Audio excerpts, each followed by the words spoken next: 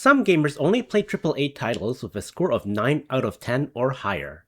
But every now and then, I like to dig the bottom of the barrel to see what kind of misshapen gem I can find. And that's how I discovered Idea Factory. Despite their games sometimes scoring as low as 3.5 out of 10 on IGN, I played a lot of their games during the PlayStation 3 era, and even platinumed a few of them. They aren't the best games, but they have some goofy humor, really nice 2D portraits, and just a touch of fan service. One game I've always been curious about was Fairy Fencer F.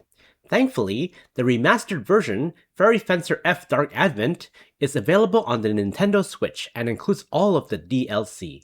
So how is it? Fairy Fencer F follows the adventures of Fang, a lazy bum whose primary motivation in life is food.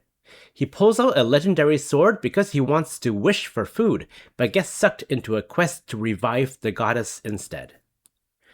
While this 20-hour-long story is a classic tale of saving the world, the comedic approach is quite unique, especially since the game doesn't take itself seriously most of the time. Fang is the total opposite of a hero, and he says some pretty embarrassing stuff. Basically, the jokes are so bad, that is good. I never had the urge to skim over lines because each scene had something fun to offer. My favorite story mechanic is the godly revival system. Both the goddess and evil god are sealed by swords called Furies. You can physically travel to their location and see the swords pierced through their bodies. You can even rotate the camera to get a better look, because of course you can.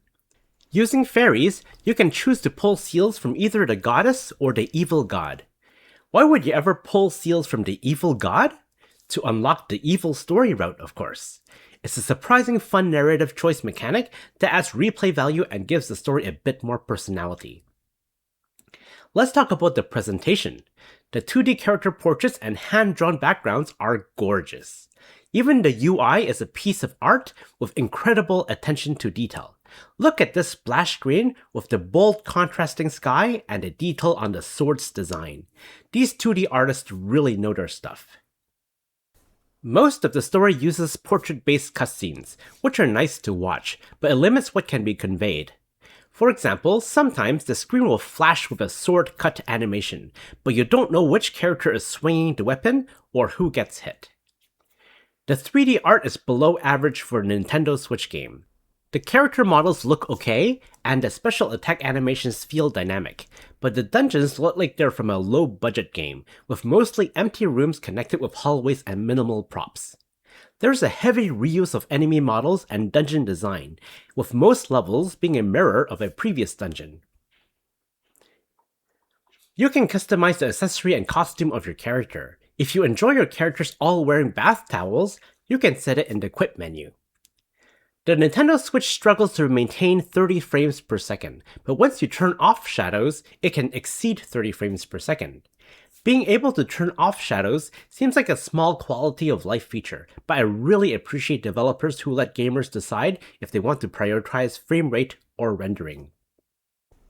The turn-based battle has a lot of interesting features. You can move the active character during your turn, and there's a circular ring to show your limits of your movement.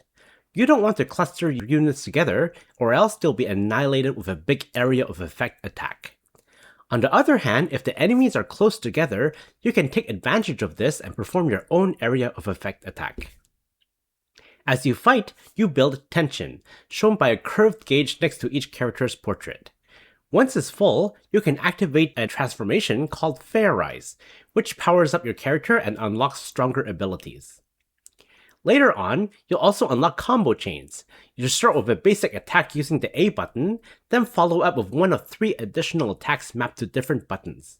If you are detail-oriented, you can tailor these combos to exploit enemy weaknesses.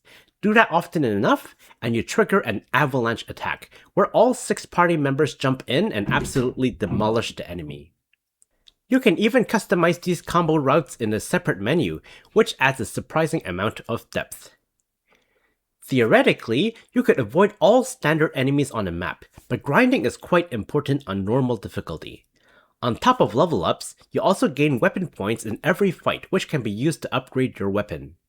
Grinding can be tedious, but thankfully, you can hold the LT button to skip animations. One major annoyance, though, is that party members frequently leave and rejoin the team, and every single time they do, you have to re-equip them from scratch. It's tedious and completely unnecessary.